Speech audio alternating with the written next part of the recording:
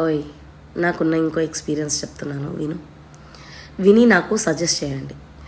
ఎట్లా అంటే 5th class వరకు పిల్లలకి ర్యాంకింగ్ సిస్టమ్ అనేది అవసరం లేదు అనేది నా ఒపీనియన్. ఎందుకు అంటే నా ఎక్స్పీరియన్స్లో నేను చూసింది, చిన్న చిన్న పిల్లలు వాళ్ళు ప్రతిరోజు ఒకేలా బిహేవ్ చేయాలి అని రూల్ లేదు కదా. మనమే మనకు వచ్చిన డ్రీమ్స్ ద్వారా లేకపోతే మార్నింగ్ లేచే ఆ డిస్టర్బెన్సెస్ వల్ల రోజంతా ఒక్కోసారి డిస్టర్బ్డ్గా గడుపుతాము. మరి ఎగ్జామ్ డేస్లో వాళ్ళు ఒకవేళ పొద్దున్నే లేవలేకపోయినా లేకపోతే బ్యాడ్ డ్రీమ్స్ వచ్చినా వాళ్ళు డిస్టర్బ్డ్గా ఉంటారు.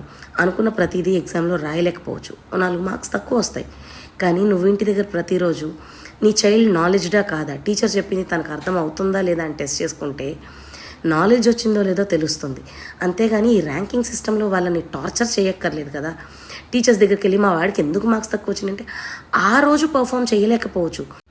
ఆ క్వశ్చన్కి ఆ పిల్లాడికి సమాధానం తెలుసా లేదా అని నువ్వు విడిగా చెక్ చేసుకుంటే తనకి నాలెడ్జ్ ఉందో లేదో నీకు అర్థమవుతుంది కదా, అర్థమైందో లేదో తెలుస్తుంది కదా. సో ప్రతిరోజు అందరి లైఫ్లో ఒకలా ఉండదు. ఒక 2 మార్క్స్ తక్కువ వచ్చి ర్యాంక్ తక్కువ వచ్చినంత మాత్రాన ఆ టీచర్నో పిల్లలను ఇబ్బంది పెట్టేయక్కర్లేదు కదా. పిల్లలకు అర్థమైందా లేదా చెక్ చేసుకోండి. వాళ్ళు కరెక్ట్ వేలో ఉన్నారా లేదా, పేరెంటింగ్ ప్రాపర్గా ఉందా లేదా, టీచింగ్ ప్రాపర్గా ఉందా లేదా చెక్ చేసుకోండి. ర్యాంక్స్ విషయంలో ఫోర్స్ చేయడం కాదు.